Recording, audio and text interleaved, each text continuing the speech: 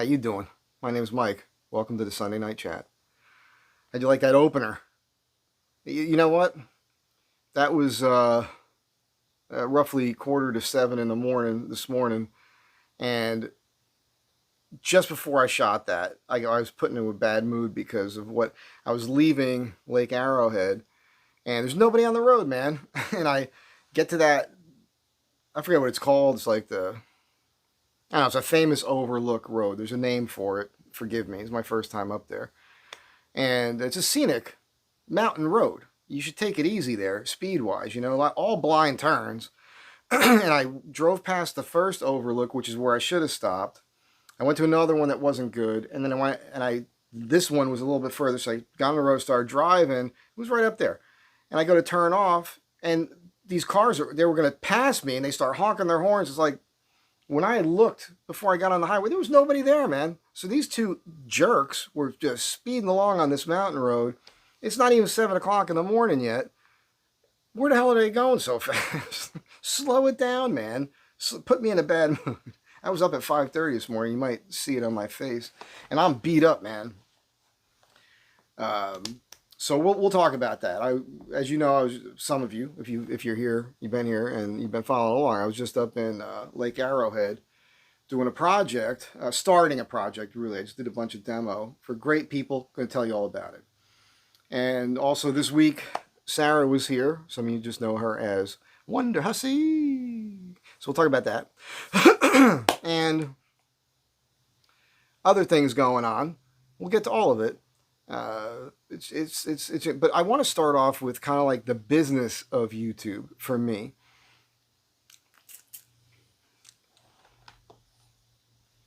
I'm so pro.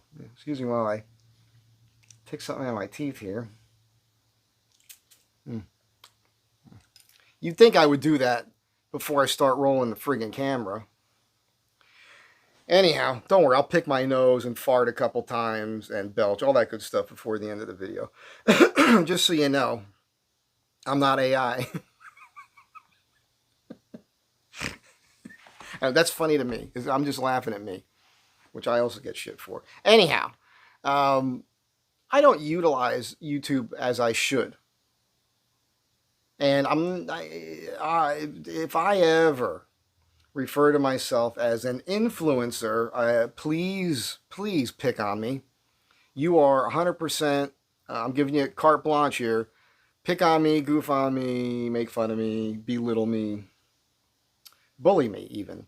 If I ever come off like, and use the term as if I'm some sort of influencer. However, I am a content creator now, and I realize this, and I have to accept the fact that this is a job. It's a part-time gig, man. And I don't know how many. Probably 8 hours a week, That may be conservative, but let's just call it that.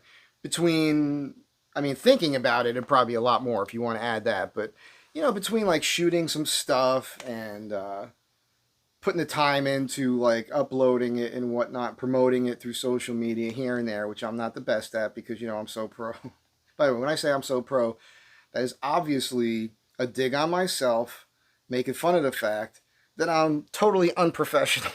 That's what it's 100% unprofessional. I just picked my friggin' teeth for you. Clearly, I don't care that much about my appearance. Although lately I've been trying to find shirts with buttons and collars for you. How do you like this one? This one's from the 1990s. It's sun faded. There's pictures of me in Greece back in the 90s wearing the same shirt. It's like a Magnum PI kind of shirt. I just dug it out for you. It's been hanging in a closet for a while. It's probably got dust on the shoulders,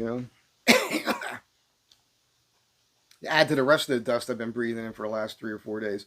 Anyhow, yeah, it's a part-time gig, man. And that's what it is because I'm relying on the coin I make from the channel now. And it's interesting because it fluctuates. It's gone down. It's been pretty staying pretty much at like 450, 480 a month for quite a few months now. And which is fine. That's anything I can get extra. It's fine. Because you guys know I don't really work a lot. And I can go months without like a real job as far as like what I do for a living. You know. So the thing is I did a video with Sarah this past week, and it's interesting to me because it only has like 3,000 views. And like a year ago, she was out here, and we did a video where we hiked up to the Hollywood sign, and that video has like 27,000 views. And that happened pretty quick. So something odd is going on. It's okay. I'm not a Sarah person. But I'm learning. I'm starting to pay attention to the numbers a little bit, and because I'm consistently getting at least 1,000 views, usually 1,800 or so. It just depends, but that's it. And I'm not, because before that, from time to time, I would do a video. It could be on anything. Like I've done some on knives. I've done some on watches. It'll get tens of thousands of views, like 10,000 or 20,000 views. There's a few videos I have like that. The ones I've done with Sarah are some of my larger view videos. So it's interesting that that one isn't. So I don't know if there's something weird going on with the YouTube algorithm. What's going on? I don't know what's going on. So if you like one of my videos, share it. It'd be helpful. And by the way, it's another thing. Like I said, I don't do Patreon. I don't have any swag to sell yet. I would like to. We've discussed this here before. I can't depend on anybody else. There's people that make the offers. I talk to them. We go back and forth, and then nothing comes of it. That's okay. It takes money to make money. And the reason why I don't want to do one of those Teesprings or something is because that's all legit. That's all on the books, as they say. And you know, if you go there and order a t-shirt and they put my logo on it or whatever I make available, I get a little tiny percentage of that, and that's fine. But again, it's known, it's out there in ether. Versus if I buy T-shirts and have somebody silk screen them, then I keep that money. I'd rather keep my money. I remember I'm like one of the original rebels there, one of the original patriots of the country. I don't want my money to go into somebody else. I want it going in my own pocket. We're gonna get to the patriot thing with this client. Amazing. I'm not wearing my watch, and I forgot to look at it. Oh, and I was going to wear something different for you today, but I'll just put the turtle back on because it's accurate time now. Worked in this all week. So what I'm getting at is I very rarely tell you or ask you. I'm not like, hey, pound that. Yeah, hit it, pound that button, to the subscribe button, and you know. But the one thing I should be saying, and I'm going to say it right now, and I'm going to try to remember to say it at the end of the video, is go down to the box underneath the video. There's like a little description box there. Go down there, hit view all or view more or whatever, and read that, because that's where you can that's my contact information. That's if you want to buy me a coffee. That's a funny, you know, that's just ways of people not saying, I want your money, please give me money. They're begging for money. I'm not doing that. I never did that. But what I know is, and this past week has been amazing, some of you like me. Some of you really like me. Like me. And you want to send me something, and that's super cool. Especially when it's funny, because I could use it. Just like everybody else. And that's what YouTubers are doing here. I never did this thinking about money, honestly. I never thought through. I just was doing it because I'm compelled to do it. I'm at a point now where enough of you are watching all the time where you want to help out from time to time if you can. It's a wonderful thing. But what happens is I get these notes. You'll see them in the comments, or you'll see, or you won't see it because I get emails. There's the comments under the video. I get emails, and then through my social media like Instagram or Facebook or whatever. I don't have to tell you what they are, because if you go to the description box, it's all there. Some people just can't seem to figure that one out. I don't know what's going on there, but that's why I'm telling you in the nicest way possible. Go below the video. There's a little description box there. You start reading this, it says see more or whatever the hell it says. Click on that, and it'll expand. And you'll see all the links, the hashtags, the ats, the Facebook link. Do that. And there's a Venmo there, there's a PayPal there, there's all that stuff is there. And please, I have a trip coming up. It's cat out of the bag Sunday, I suppose. I don't want to reveal too much. You guys know what's happening. you guys know what's happening, and you're going to get the gist of it. But I talked about it already. But some people I know watch, and they're going to know. Fuck it. All right, I'm going to go home for my high school reunion. It's the 40th high school reunion. I didn't go to any of them. I'm glad I'm doing this one because I still have some hair left on my head. At the rate that my hair is falling out of my friggin' skull, it's ridiculous. And I've said it before. When it goes here, I'm just going to pull off the Ben Franklin, man. I'm going full on Ben Franklin. It's just going to be bald here. It's going to be long here, and I don't give a shit. That's what's going to end up being. So they'll see me now, 58 years old, some hair left.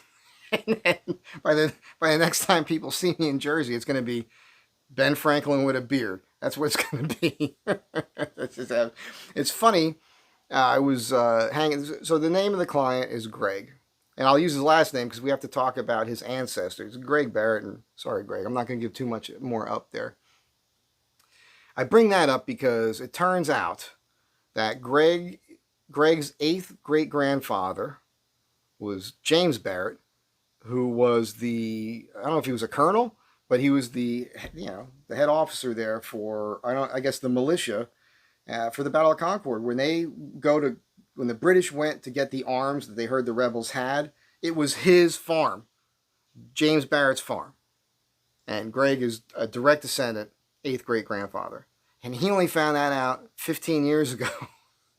The funny thing is he did all this work, and then when he called the society there, they had already done all the work. They had done all the genealogy to his grandfather that he personally knew.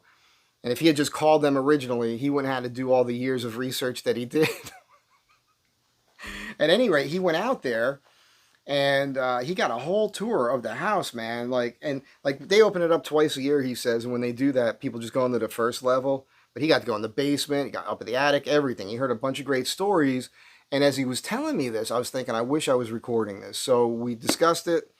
And in the future, what we're going to do is, probably when I go up there to finish up this project, I'll probably be up there a few times, Lake Arrowhead, which I got to talk about all that. But what's going to happen is we'll set the camera up, we'll smoke a couple cigars, and he'll do most of the talking, and I'll just ask him questions. I'm so enamored by the whole. It's so cool. I'm a true patriot myself, and I grew up in New Jersey, one of the original 13 colonies, and it was a big part of my life as a kid. And I've just always had a strong tie to it. And I have some weird stuff in my mind about it. I honestly believe I've been here before multiple times. And there's certain periods that I'm really, in my brain, I can see it. If I think of it, I see it like it's a movie, like I was there living it. It's bizarre. So, what a wild thing. What a wild thing. It's amazing. Sorry, I know I'm all over the place. We're doing the weave here. So, where was I? I was talking about losing my hair. Pulling off the Ben Franklin. Going home. And money and the business of YouTube. So, because one of you, former Marine, we're Facebook pals. I can't think of your first name right now. And forgive me because we will have to talk on the phone at some point. But he sent me a pretty nice check. Almost enough to cover if I wanted to stay at that motel in my hometown, which I do want to do.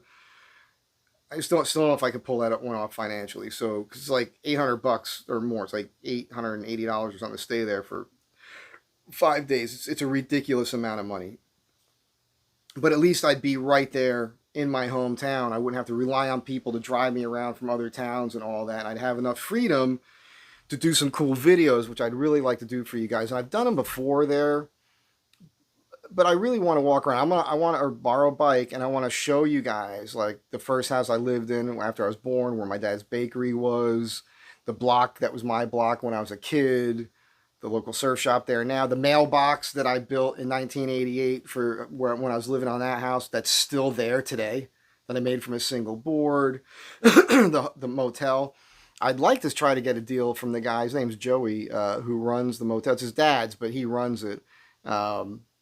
This is the Windjammer Motel in Seaside Park, New Jersey. I'd like to talk to him and see if I could do a video on the Windjammer, because that would be fun. Just a separate video just on that.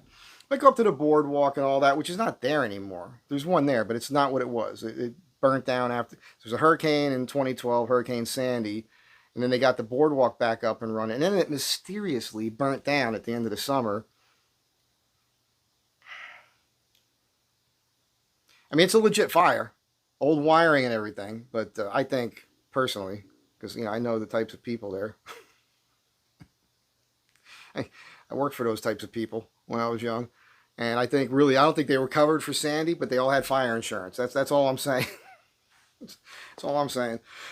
So anyhow, what it was isn't there anymore. But it would be fun to go up there and talk to you guys about it and find those spots where I worked here and tell you a story, and I worked right here in this spot, and this was the stand that was there, and tell you that story. And maybe I'll get Joey Verderosa to meet up with me up there, because his family had those stands, and I worked with them the first season up there. Anyhow, I want to do all that for you guys. It'll be fun. I'd like to interview my buddy John at Betty and Nick's Bait and Tackle with the restaurant there. That's a great story. I want to see Mike Colombo. A lot of you guys helped him out at the Right Coast Surf Shop, as I mentioned earlier. So yeah, but again, even though I was just up there doing this job, it was 16 hours total of work over 3 days. So it's not like, making bank on that, but at least it covers my rent and everything. I'm very grateful for that. And yeah, so that's kind of what's going on there. Now, I just want to point that out. This is kind of a part-time job for me. Look at the description box. If you want to help out, all the information is in there. Now you know. Okay, so let's start with Greg there. Greg is an awesome dude. He's got a really good sense of humor, so he'll get all this. And I said it to him last night. I was like, you are a classic example of don't judge a book by its cover.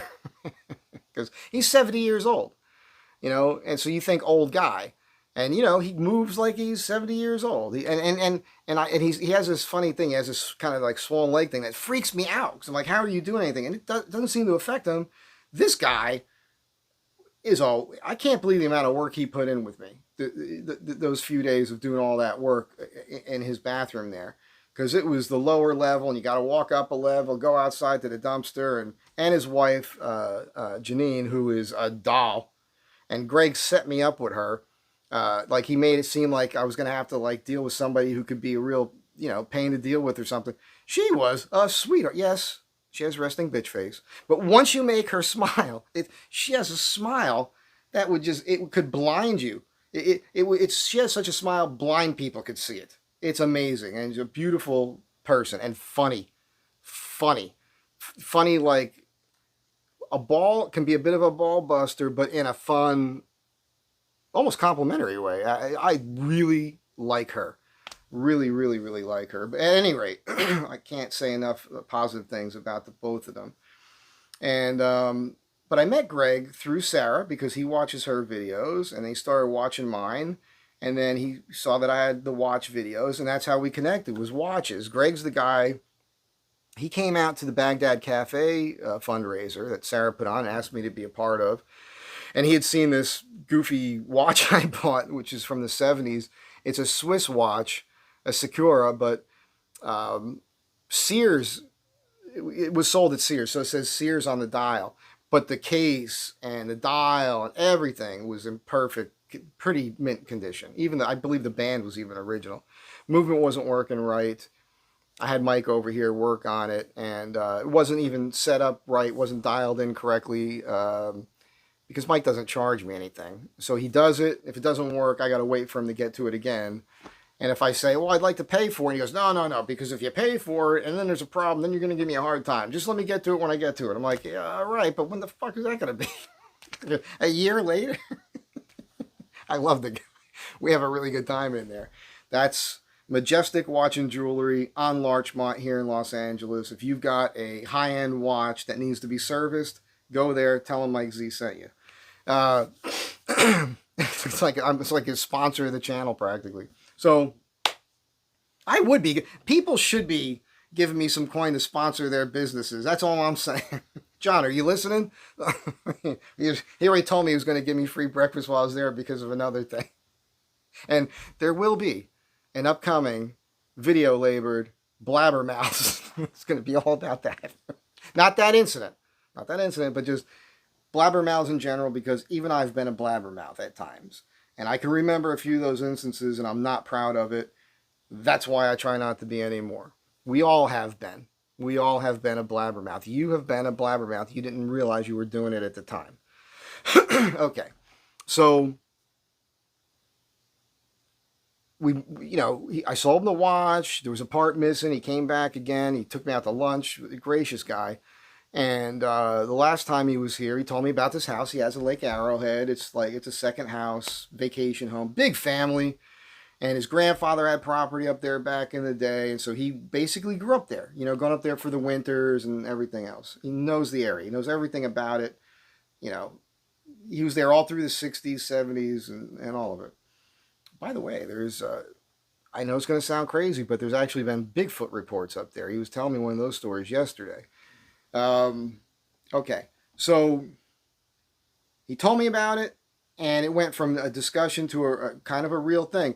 I also want to point out, you'll hear me speak about these things, and I never make them sound like they're actually happening, like for sure, this is a done deal, we're doing it, because I've had enough things fall through in my life. I try not to get my hopes up too much. These are personal arrangements I have with people, and at any time whatsoever, they could just say, sorry, we've decided not to do that. And that happens. It's very rare that happens. And my whole situation is rare. Think about it. You guys saw that a couple months ago. I went up to Monterey, right? And now I'm doing this. And you know what happens. I get to know the people. They invite me into their home. I'm staying in their home, and they're taking me out to lunch or taking me out to dinner, and they're paying me money to do a project for them. Who does that? Think about that. How many of you ever hired a contractor, a handy guy or something, to come in your house and you thought, oh yeah, I'd like this guy to stay at my house for a couple nights? And a lot of my work over the years is through personal relationships. I'm friends with people. They know who I am. And that's how it is. And if you've been here long enough, you've seen it. I've driven across the country, and when I do it, do a job in Texas, do a job in Georgia, do jobs in New Jersey, do a job in upstate New York. You've seen it. That's how it works. A lot of times these are people I've known, I went to high school with or something, or they're friends of those people. There's always a personal connection somewhere. So it's a very rare, my life is a unique situation. And when I'm doing it, I'm trying to be somewhat private about it. I don't want to show too much of the inside of people's homes and talk too much about them. It's private. And I've told you guys this before, I didn't tell the story about why I'm not a snooper, but we'll get to that video. That's an adult conversation. But I'm like a therapist or something, you know what I mean? I don't reveal your personal shit. I'm talking about Greg with his history. That's different. I think he's very proud of that. And he should be. It's a very cool thing. At any rate, it's a bizarre situation. Now, as far as that job goes, I did a video yesterday or the day before where I showed you what the plan was for that. So if you want to know what it is, go back there and look at it. I'm not going to waste all your time with that now. I will say, there's going to be a custom thing going on in there, in that bathroom. I am not, because somebody asked, they said, you're doing all this yourself? Yeah, I do everything myself, but I'm not doing everything required to make that job, to pull it off. I'm not doing the floor. I'm not going to do any of the prep on the walls or the ceiling or anything else. They're going to take care of that. Can I do those things? Yes, absolutely. But if I'm doing it, it's going to take for friggin' ever. So we're going to keep my skill set, focus on that. So I'm going to do a custom, and it's going to be bitchin' vanity. It's going to be a floating cabinet on the wall. I'm going to figure out how to do like shoji doors with drawers. Not going to be easy to pull that one off, but I got the plan. We're going to do an accent wall of knotty pine, and I think we'll do trim in that. And I said this in the video. And then some other barn door things, and then I don't know if this all happened at the same time, but there's talk about doing another floating cabinet, again with sliding doors, and then some live edge shelves above that. Again, all mentioned in the other video. So that'll be fun, and I think, and what's going to happen is he'll have a flooring guy come in and do the floor first, Uh, Hopefully he has a guy come in and do the walls and paint or whatever first. Then have a guy come in and do the flooring. Then I'll come in to do the trim, woodwork, and the rest of it. And I suspect we could start on that. It's up to Greg. You listening, Greg? It's up to you, man. You're calling. It's all up to you. That'll be after I get back from the trip. I get back on the 26th. So in September, probably first week in September or so, I'm hoping.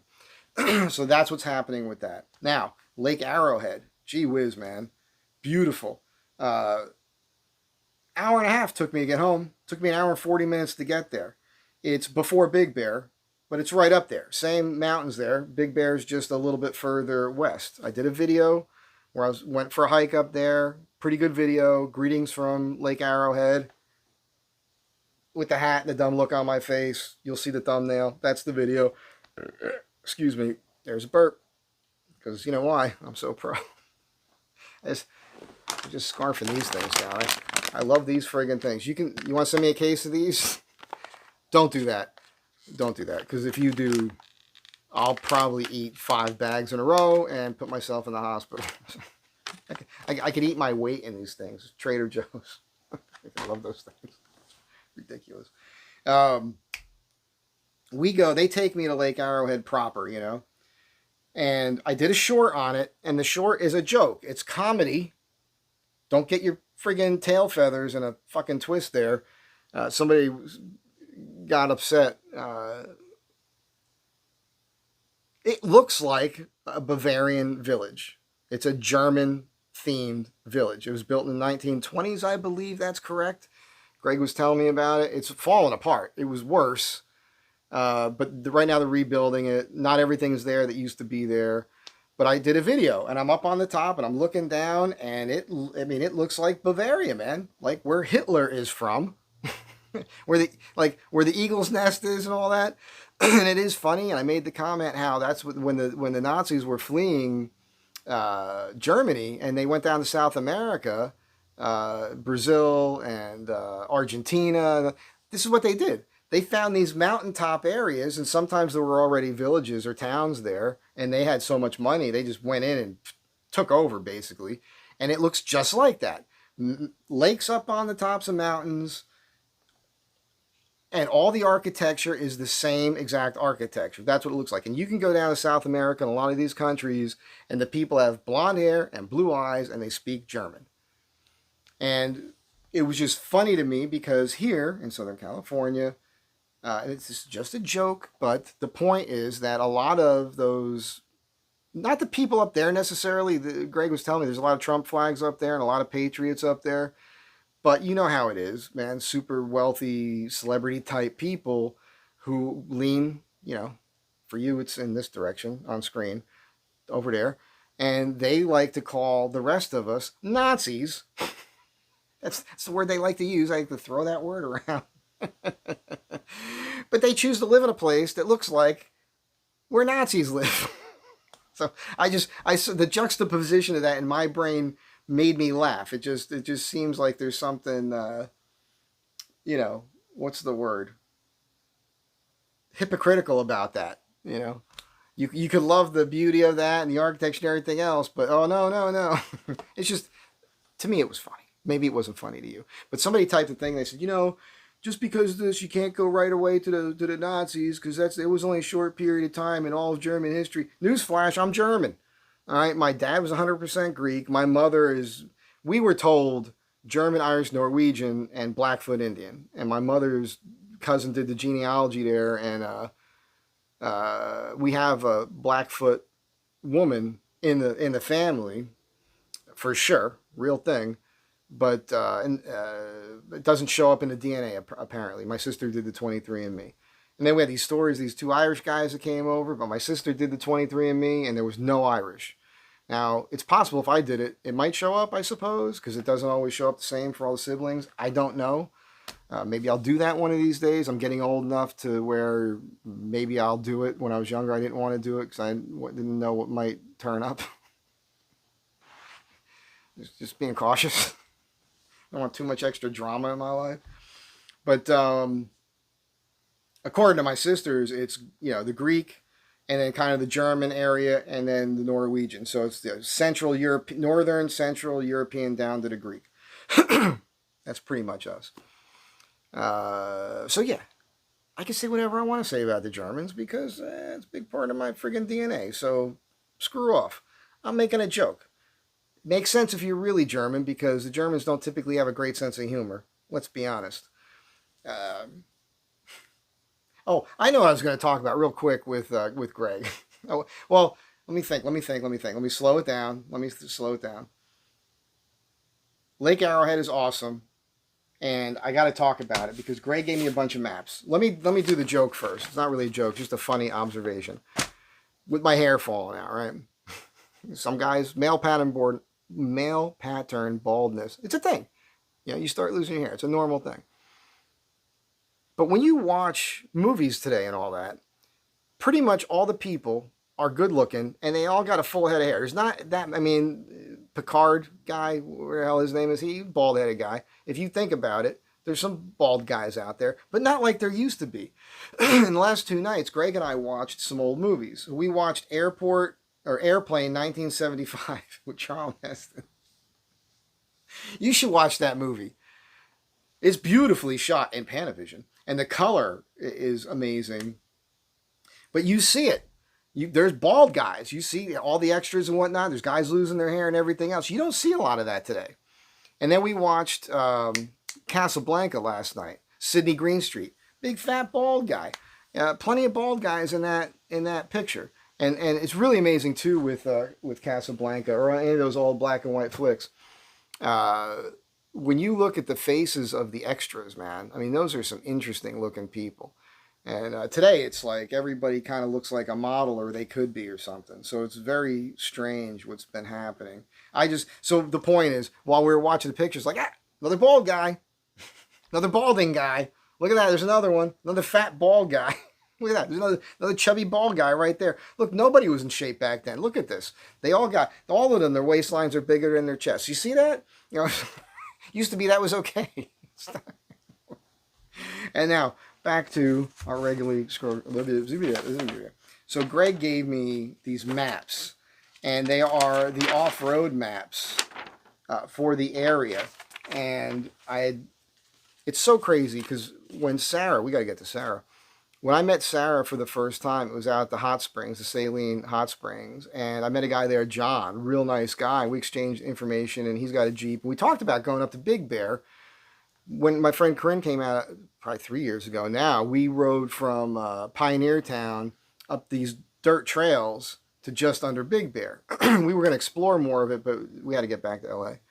And that was my first time driving around there. I thought, I got to go back because campsites and everything else. But Greg showed me these maps, and it's amazing up there. It's so cool that he gave me this too.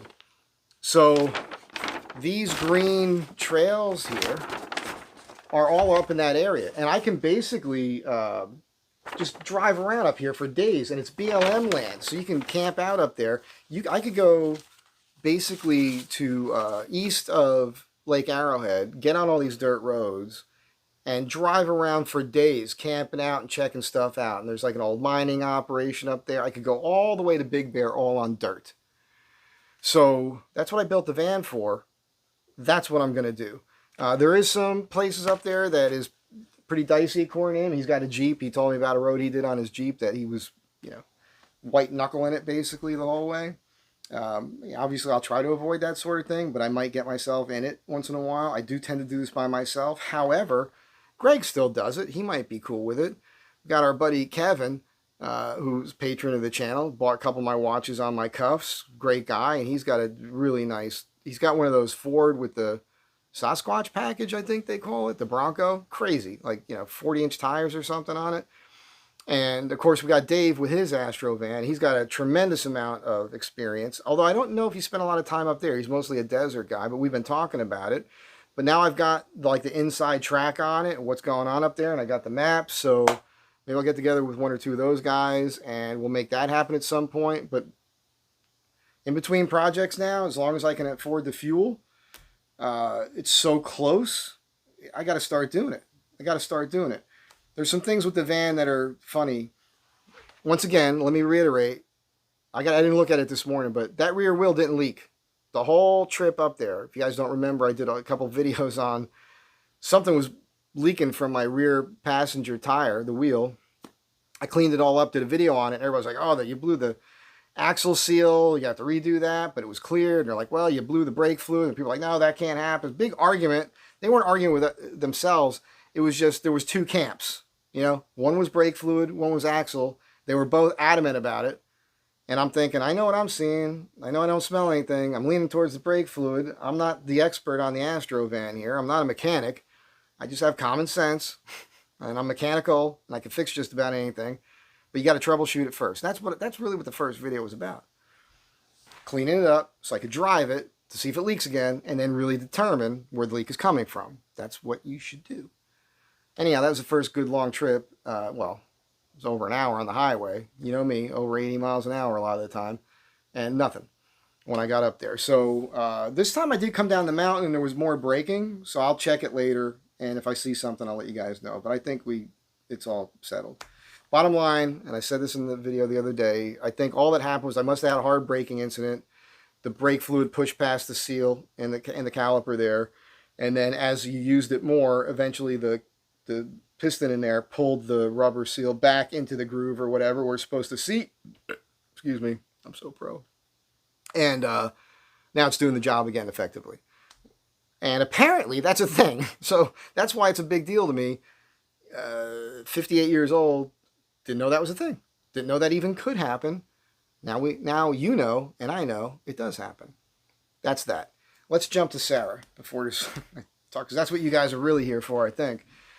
So as you know, Sarah Jane Woodall, also known as Wonderhussy. I love her, man. I really do. She came into town. She was doing her traveling around. She came here for some wigs. I don't want to give up her stuff because she's going to be doing a video on it. I'm sure in her video she's going to make me look stupid. Not that that's hard to do. So I'm sure it'll be entertaining. And when she does it, I have to read I told her, if you do a video on me, I read the comments because it's interesting to me. It's funny to see all the haters on your page for me. But I also told her, I said, you know, a lot of the people who found me because of you and your channel, and a lot of them are women, and they want us to fuck. Everybody wants us to fuck. Or they think we're fucking already. So it's kind of funny. You never know. It might happen. It could happen one day. I'm not saying it ain't going to happen. She's going to hate this. We're not fucking. But you know. She's just so sweet, man. On this trip in particular, she was really sweet. You know, she was in a good mood when she got here. And we did a little bar crawl. That night when she got here, we went to Hollywood Boulevard, and I wanted to take her out to Musso and Frank's, but it was closed Mondays. So we went over to Bordner's, and Bordner's is a bar I frequented here back in the 90s, and then even when I was riding motorcycles with the Cretans and all that, we might pop in there from time to time. But that was fun, and we talked to some people in there and had a good old time. And then from there we walked up to the boulevard, we went down to the Powerhouse, where we had that live music and people were knocking that. Yeah, all the distortion from the guitar. That's what I was saying. It probably sounded even worse on my phone here. But the cool thing was, I could play it. I could record it and play it on YouTube, and YouTube doesn't flag it because it's a cover. You know what I mean? So that was good.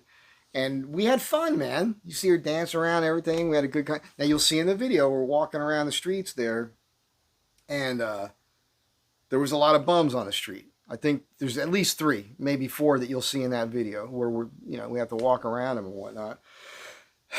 So that's the thing. There is a shot. There's a quick picture I put in there, and you call me mean, but it's these 2 girls wearing like the same outfit, but one looks like a friggin' mammoth from the rear next to like a little and I didn't think quickly. I really wish I could have recorded that, just because the way they were walking, the way it looked. You don't have to say anything. You just look at it. It's so crazy. And she laughed at me for doing that because she's like, I probably would have done that too. But she would have done it and then not put it on the video, you know what I mean? So the next day we went to the tar pits, and of course the whole joke there is the tar pits and then Sarah's pits, and this is what we have to talk about here. So first I want to say I like that video myself, and I got a lot of positive feedback on it from my subscribers that communicate with me. Read the comments. You should read the comments there. And it is the sort of thing. I did stuff similar to that years ago, and it was before I had, I don't know, how many subscribers do I have now? If I hit 13,000 subscribers, I think I've got 13,000 subscribers, a little more than that. I don't know. I'm not paying attention to it that much. But I should be doing that more. And I always say that. And depressed is too strong of a word, but I'm in a funk, man, especially in between projects when I don't have the money coming in. And there's a lot of other stuff going on. The VA stuff, I do have a VA update. That's positive. But that's been weighing on me a lot. That's a psychological thing. And then, family stuff. You know what's going on. You've been here. I don't have to reiterate all this crap. Is that the right, did I use that word in the proper context? I'm like one of the Bowery boys, like throwing big words out there to make myself sound like I'm smarter than an 8-year average palooka.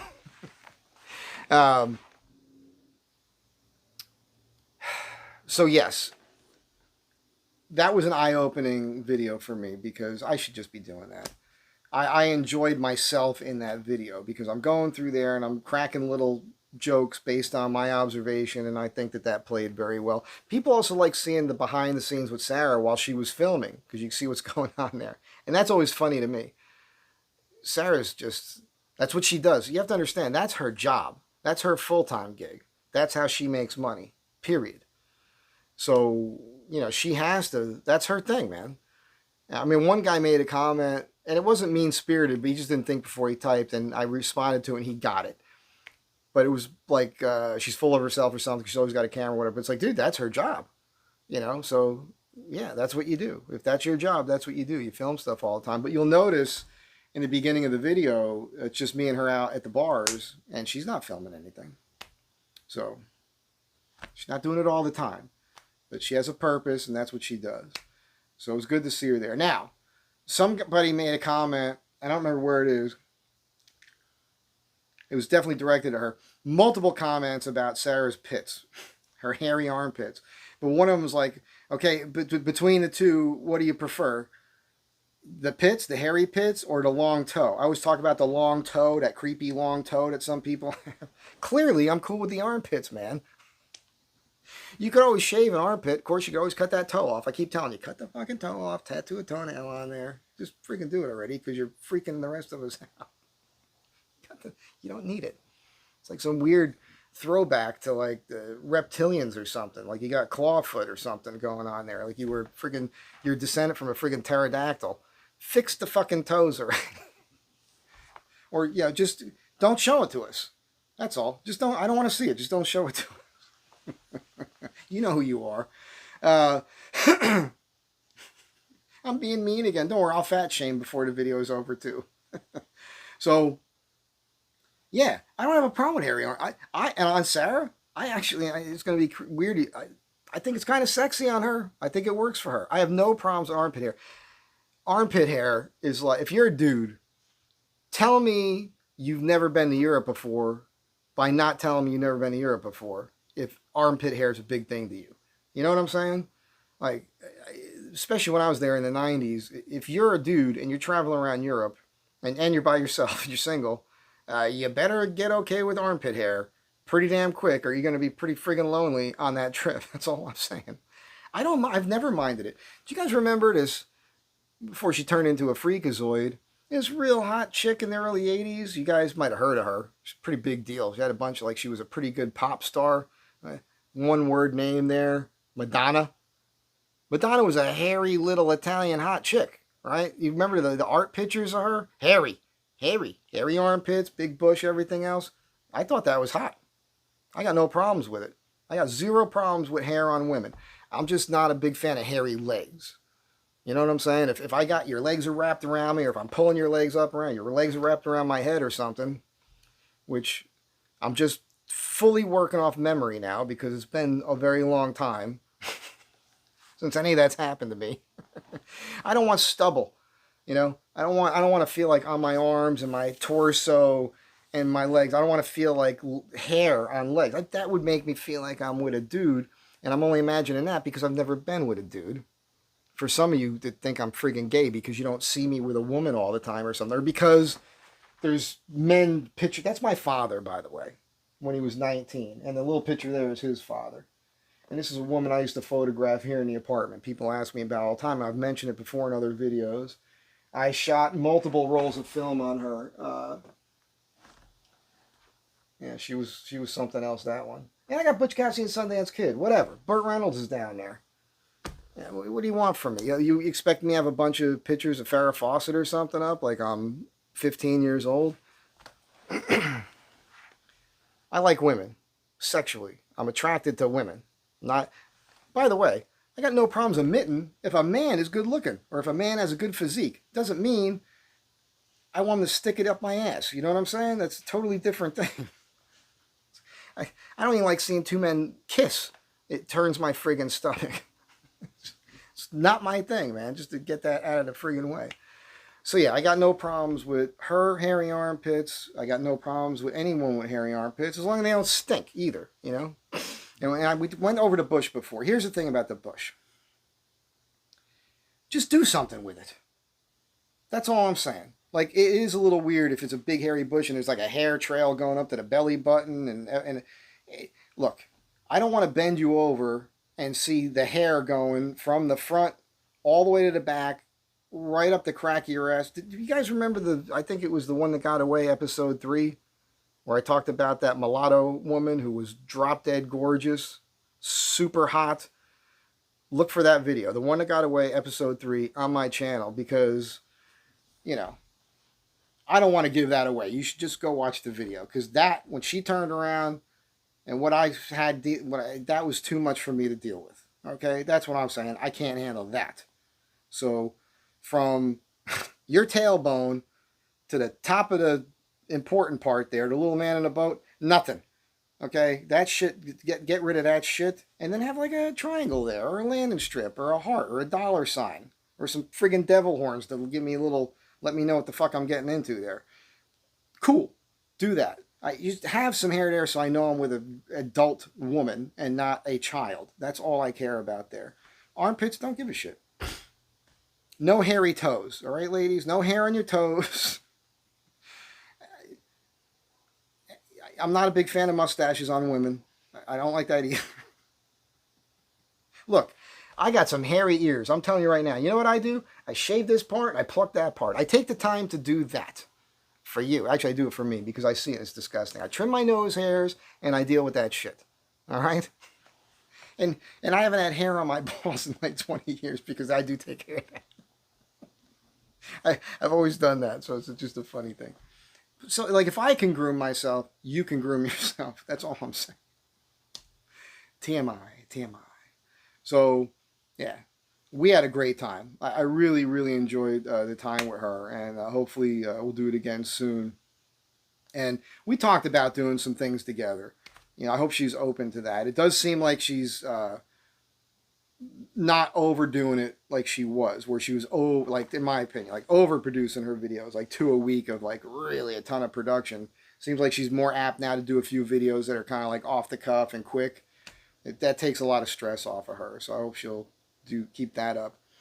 But we talk the business of YouTube, and so I know that her numbers are way down as well. I mean, we both are getting more subscribers and all that, but the revenue is off. So it's an interesting thing. For her, it's a bigger deal. All right, with me, I have skills, and you know, work always eventually comes my way, and because I'm good at what I do. MikeZDesign.com. It's an antiquated friggin' website, but if you just type in Mike Z Design into Google, go to images or go to all, whatever it is you want to do. I don't point this out enough, but if you go to Mike Z Design, you type that in on a search engine and you look around, you're going to see write-ups of me. There's been online magazines that have done stories on me. You'll find it, you know. It's not like I'm some big deal or something, but I'm a thing. Like, people know, you know, you can see the work. Don't think, I'm not saying I'm the best there is, but I'm pretty good. My thing, other than the fact that you might like me enough to want to put me up in your house and buy me dinner and pay me to do something, because apparently I'm entertaining. I'm fun to be around. Aside from that, like, I'll give you, for instance, with this job. He could have had a company come in, contractor, to do the demo. It would have been way more money than what they paid me. But they would have done everything. And in this case, I came in, and the big thing was I got rid of I had to take there was a hot tub in the bathroom. It was fiberglass. And that was a bitch to cut that thing up. And I cut it in chunks. I put it up there. But Greg and his wife, they picked those parts up and they took them out to the dumpster. I didn't have to do that. I would have done that. I expected to have to do that, to be honest with you. But they did it, which saved them a lot of time. Excuse me. And then I had to frame the floor and then redeck it. I did tongue and groove. I did it perfect, like puzzle pieces. It's perfect. And I took the cabinets out because if you got construction experience like I have, you know how it was assembled. You figure it out, so you figure out an easy way to take it out. And I hauled a little bit, but Greg did, and his wife, the first day anyhow, but he did the bulk of the work, carrying the shit out of there. But what you get with me is I can do all that. And then while we're doing it, you're saving a ton of money because we're talking about what you want to do. Like, what is the outcome going to be here with this project? So in that case, I didn't have to go home and also charge him a fee to do the design and go back and forth with sketches there. We already have a plan now. Now, of course, I'm going to do some thumbnail sketches. They're like renderings, but they're thumbnail sketches, pretty nice, to explain what I'm going to do or what I'd like to do first. We'll agree. If you go to MikeZDesign.com, there's a section there that says how it works. Greg, I recommend you do that if you're watching, or Janine. And that shows you. It shows you drawings, and shows you what we could have done, then what we settled on, and then what it was in the end. So you see the process of that. And I typically charge for that because that's a lot of time out of my day. It takes a couple days or longer between going back and forth with a client over designs and then talking about the types of lumber and everything else before you even get started. And I have to call the lumber yard. I got to get prices. I got to work up a proposal with how much this is going to cost you. That costs money. I'm not doing that shit for free. But if you're already paying me and I'm there and I'm doing another aspect of the job, technically, I mean, you're paying for the time that we're talking because I'm on the clock there. You're paying for that. But that's nothing compared to a design. You understand what I'm saying? You're saving a shit ton of money. And I'm still fine with it because I'm doing okay. I don't think I can make that any clearer. And then, so yeah, that's how it's going. And it ain't going to be cheap, you know, to do what I'm doing for them. But it's not going to be super astronomical either. To some of you, you would think it is. To some of you, it's going to seem like a lot of money, like way too much money. To the rest of you that understand these things, you're going to go, wow, dude, that's pretty fair. I think I was telling Greg this. I think I said this to him when we were bullshitting because we did a lot of talking. I like talking to this guy. I really like him as a human being.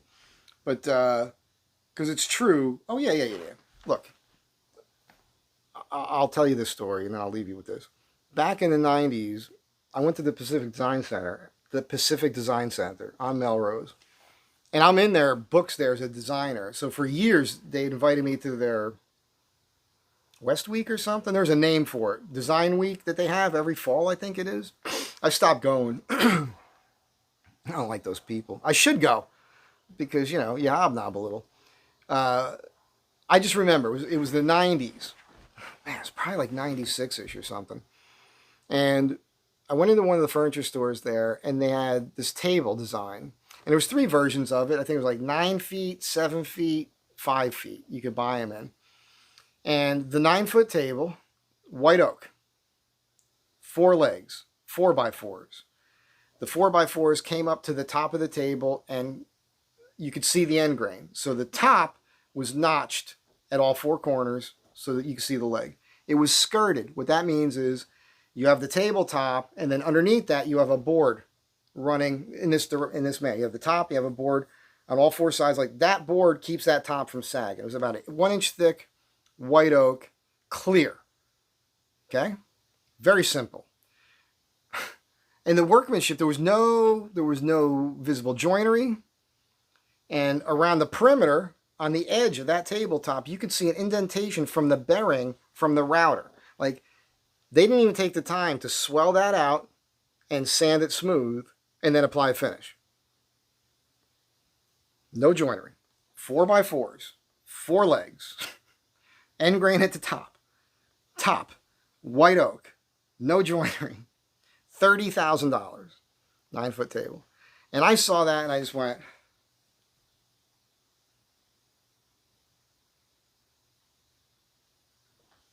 is there something else in here that's 30,000? Like, I thought like the price fell down off of something. Like a chandelier made out of diamonds and gold and silver that was pulled out of a tomb. It was like one of a kind. Like,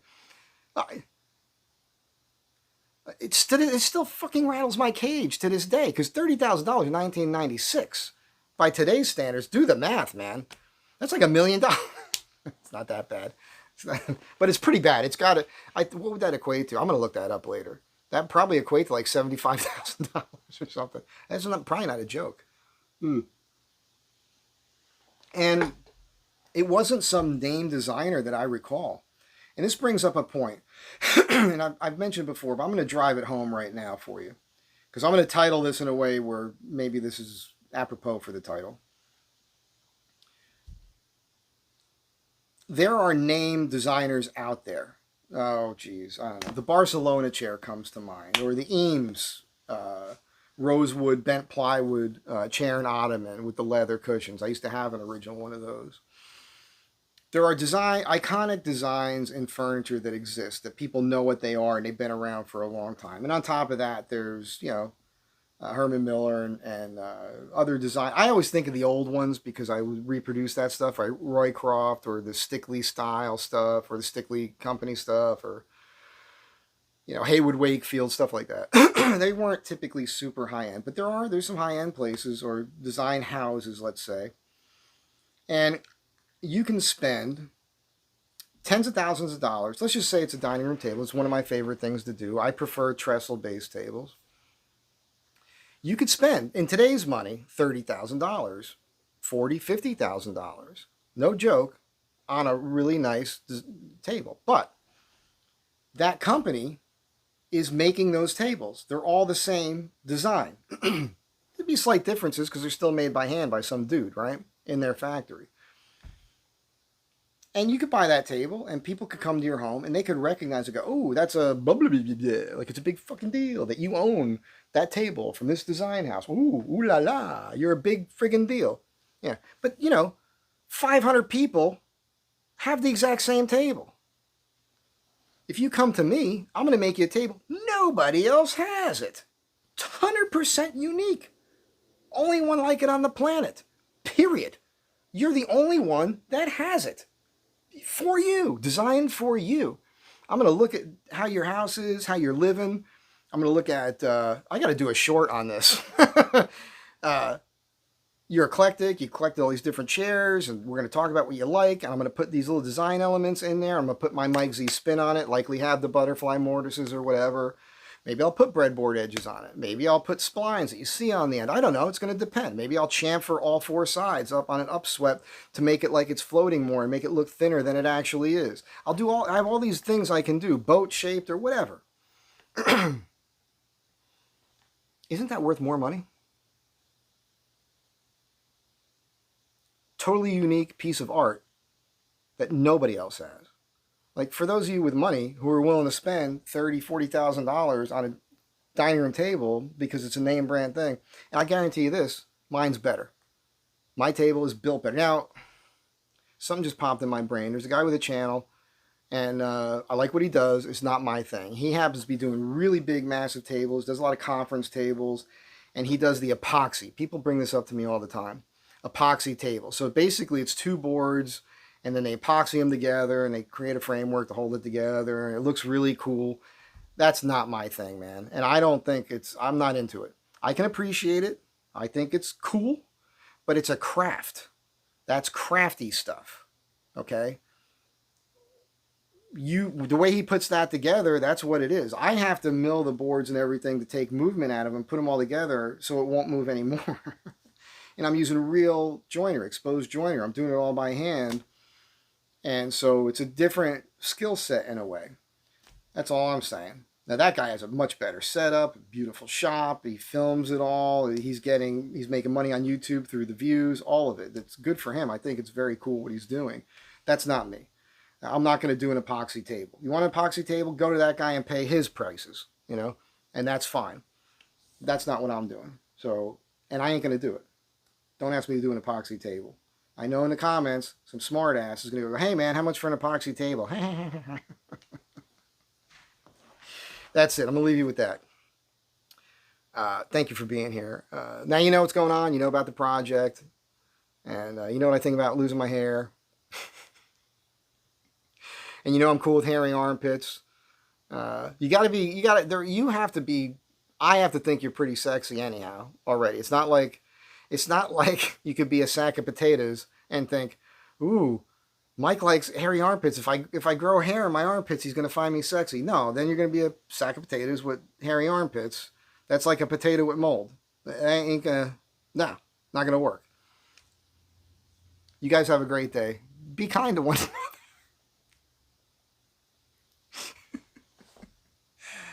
He's such a hypocrite. He just shat all over these people. Now he's telling you to be nice to one another. Yeah, whatever. Come on, man. Don't take it so seriously. I like you guys. I'm glad you're here. And I'll catch you on the next one. Cheer somebody up today. I'll see you. I'll see you later.